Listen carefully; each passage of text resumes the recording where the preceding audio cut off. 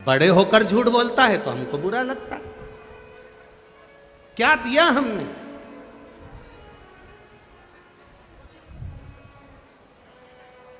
आज सबसे बड़ी प्रसन्नता का विषय यह होता है कि छोटे छोटे बच्चे 4-4, 6-6, 8-8 साल के बच्चे अपने घर से लोटा भर के पानी लेकर जब शिव जी को चढ़ाते हैं तो लगता है कि कलयुग नहीं शिवयुग चल रहा है। यह प्रसन्नता होती है। लोगों के भीतर एक विश्वास जागृत होता है कि हम मंदिर तक बच्चों को भेज रहे हैं।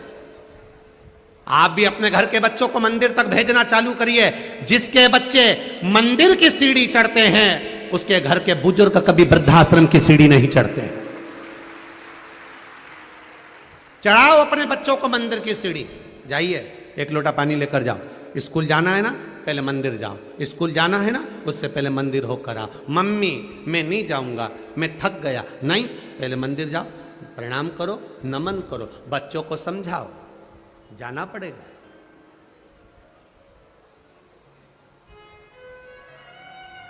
जाओ मंदिर तक, पहुंचो मंदिर तक। अश्वत्थामा 4 साल के। कृपी देवी ने कह दिया सबसे ज्यादा दूध महादेव को लगता है, महादेव को चढ़ता है, महादेव को प्राप्त होता है। बस अश्वत्थामा ने अपनी माता को प्रणाम करा, गुरु द्रोणाचार्य के चरणों में शीश नवाया और अश्वत्थामा 4 वर्ष के निकल गए। प्रहलाद जी 4 वर्ष के भजन में लग गए थे। ध्रुव जी महाराज 4 वर्ष के भजन में लग गए थे। मीराबाई 4 वर्ष की भजन में लग गई थी। कर्माबाई 4 वर्ष की भजन में लग गई थी। देव ऋषि नारद 4 वर्ष के भजन में लग गए थे। संत तुकाराम 4 वर्ष के भजन में लग गए थे। नामदेव जी 4 वर्ष के भजन में लग गए थे।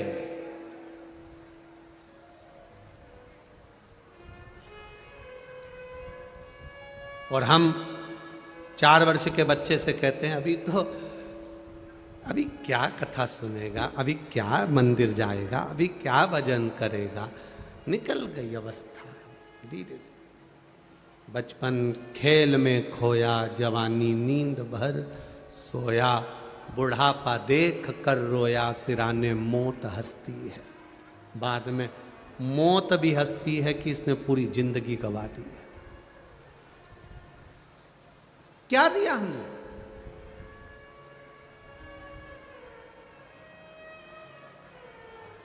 क्या प्रदान करा हमने? शिव कथा कर रहे हैं। अश्वत्थामा घर से बाहर निकल गए। 4 वर्ष के बच्चे को रोकने का प्रयास करती है मां, परंतु ध्रुव जी महाराज की माता ने भी ध्रुव जी को 4 वर्ष की अवस्था में नहीं रोका। प्रहलाद जी की माता ने प्रहलाद जी को 4 वर्ष की अवस्था में नहीं रोका। मीराबाई की मां ने मीरा को 4 वर्ष की अवस्था में नहीं रोका। कर्माबाई की माता ने 4 वर्ष की अवस्था में कर्मा को नहीं रोका। तो यहाँ कृपी देवी ने भी अश्वत्थामा को 4 वर्ष की अवस्था में नहीं रोका। अश्वत्थामा चले गए घर से बाहर।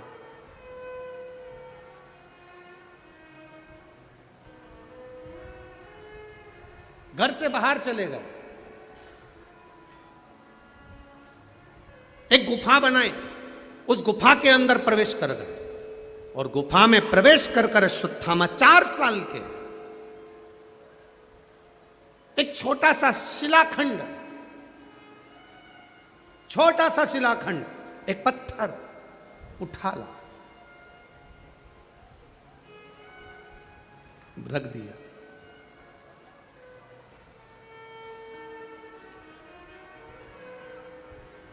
छोटा सा शिलाखंड, एक पत्थर रख दिया।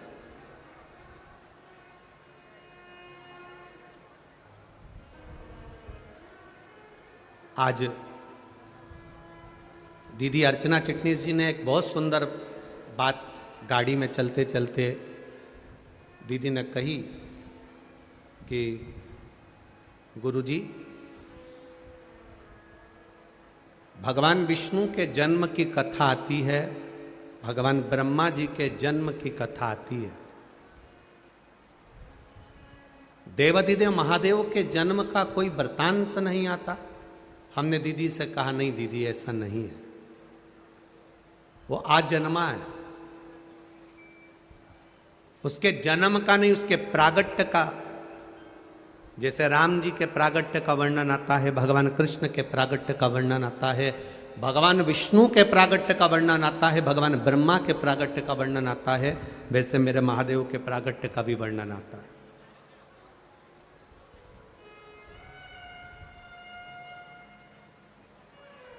ऐसा नहीं कि मेरा महादेव प्रगटा नहीं,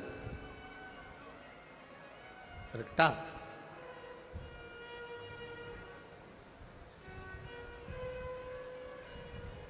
जब ब्रह्मा जी प्रकट हो गए भगवान विष्णु की नाभि से, बड़े ज्ञानी थे ब्रह्मदेव, बड़े ज्ञानी। तब ब्रह्मा जी ने भगवान विष्णु से प्रश्न किया, आप मेरे पिता हो, क्योंकि मेरे को जन्म देने वाले, प्रकट करने वाले आप हो, आप मेरे पिता हो।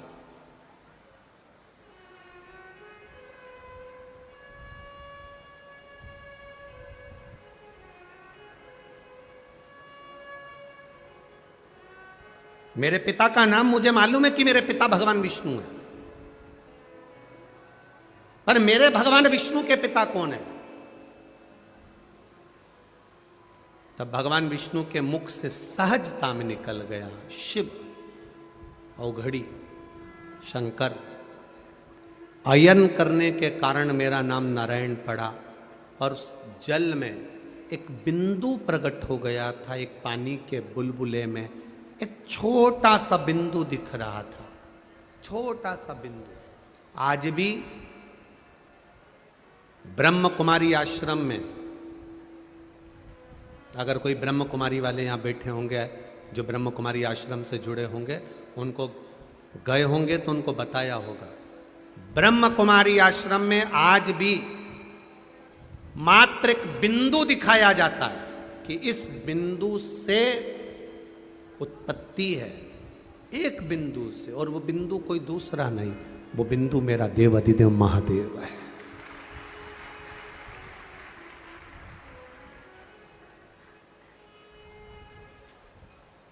वो बिंदु कोई दूसरा नहीं है। भगवान विष्णु ने सहज भाषा में कर दिया, मुझे प्रकट करने वाले भी शिव हैं, मुझे शिव का दर्शन करना है। ब्रह्मा जी और भगवान विष्णु ने एक पर्वत को घुमाना प्रारंभ करा, घर्षण करना प्रारंभ करा। पर्वत घूमना जब प्रारंभ हुआ, घूमते घूमते घूमते घूमते पर्वत ने एक अग्नि के खंभ की आकृति प्रकट कर ली, और एक लिंगायत आकृति प्रकट कर कर खंबे में से मेरा देवाधिदेव महादेव प्रकट हो गया। शिव जी ने प्रकट होकर भगवान विष्णु और ब्रह्मा जी से कहा, मेरा स्वरूप इस पृथ्वी पर प्रकटा नहीं है, तुमने जो शिवलिंग की आकृति बनाई है, यह मेरा स्वरूप प्रकटा है, यह मेरा स्वरूप प्रकटा है।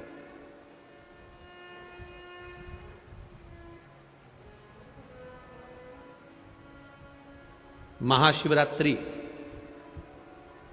दुनिया के लोग मनाते हैं, अभी आ रही है। सारी दुनिया में शंकर जी और पार्वती जी की शादी होगी, और शिव जी की शादी की तारीख तो अलग है। बैसाख का महीना शुक्ल पक्ष की पंचमी तिथि को भगवान शंकर की पार्वती जी के साथ शादी हुई थी। शिवरात्रि का दिन तो ब्रह्मा और विष्णु ने जो भगवान शंकर के शिवलिंग को प्रकट करा था, उनके प्रागट्योत्सव का दिन है शिवरात्रि का दिन। भगवान शंकर के प्रागट्य का दिन है। हाँ, तो दुनिया के लोगों ने कहा फिर शिवजी और पार्वती जी की शादी का क्रम क्यों मनाया जाता है? शिवजी और पार्वती जी की शादी तो बैसाख शुक्ल पक्ष की पंचमी को हुई थी, पर यही माता पार्वती का एक अवतार हुआ था, उमा का अवतार, जिनका विवाह भगवान महेश के साथ हुआ था, जिससे उमा महेश का विवाह हुआ। उन महेश के वंशजों में बहुत सारे महेश्वरी बंधुओं का आप दर्शन करते होंगे। महेश्वरी समाज की उत्पत्ति उमा और महेश्वर से हुई है। तो जो उमा माता और भगवान महेश का विवाह हुआ था वो शिवरात्रि के दिन हुआ था, इसलिए हम उसको पार्वती और शिव के विवाह से जोड़ लेते हैं।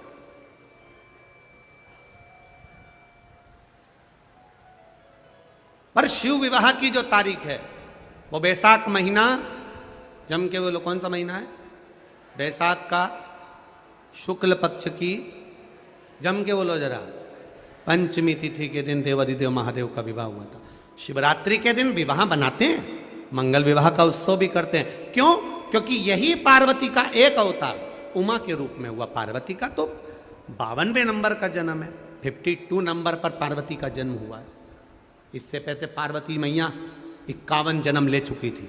कात्यायनी, कुष्मांडा, स्कंदा, उमा, सती, भैरवी, कमला, बगला, ध्रुमावती, ऐसे माता पार्वती के पहले अवतार हो चुके हैं। 51 अवतार माता पार्वती के पहले हो चुके हैं। इसलिए मेरे देवाधिदेव महादेव के गले में जो मुंडों की माला पड़ी होती है वो 51 मुंडों की माला पड़ी हुई है।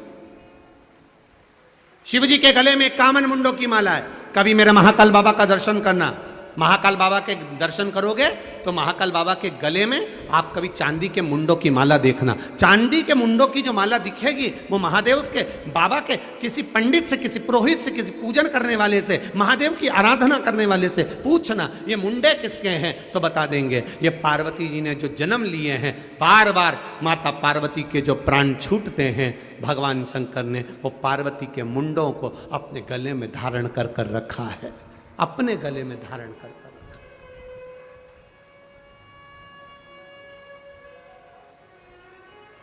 दुनिया के अपनी धर्म पत्नी से सबसे ज्यादा प्रेम करने वाले केवल एक ही हैं, वो है देव अधिदेव महादेव।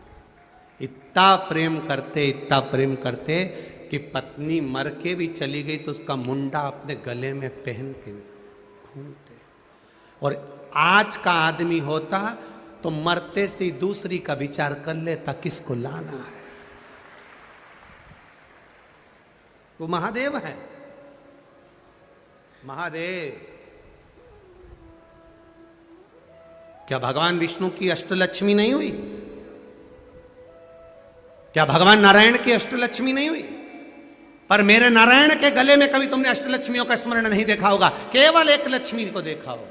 पर मेरा महादेव 51 चली गई, उनके मुंडों को भी अपने गले में धारण कर कर रखा है। वो मेरा देव अधिदेव महादेव है जो नारी का सम्मान करना जानता है, स्त्री का आदर करना जानता है, सत्कार करना जानता है।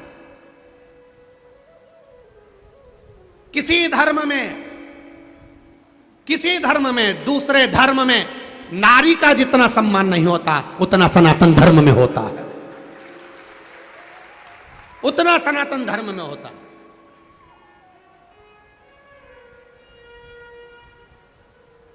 दूसरे धर्म के देवताओं को देखना अकेले ही मिलेंगे, पर हमारे सनातन धर्म के देवताओं को देखना, नारायण के साथ लक्ष्मी, इंद्र के साथ इंद्राणी, कृष्ण के साथ राधा, राम जी के साथ सीता, महादेव के साथ पार्वती, हमेशा जोड़े से मिलते हैं। वो यूं कहते हैं कि तुम इधर उधर मत भटको, साथ रहो, आनंद में रहो, अलमस्त रहो। जैसे हम दोनों साथ रहते हैं तो रोज 56 भोग खाने को मिलते हैं, तुम दोनों साथ रहोगे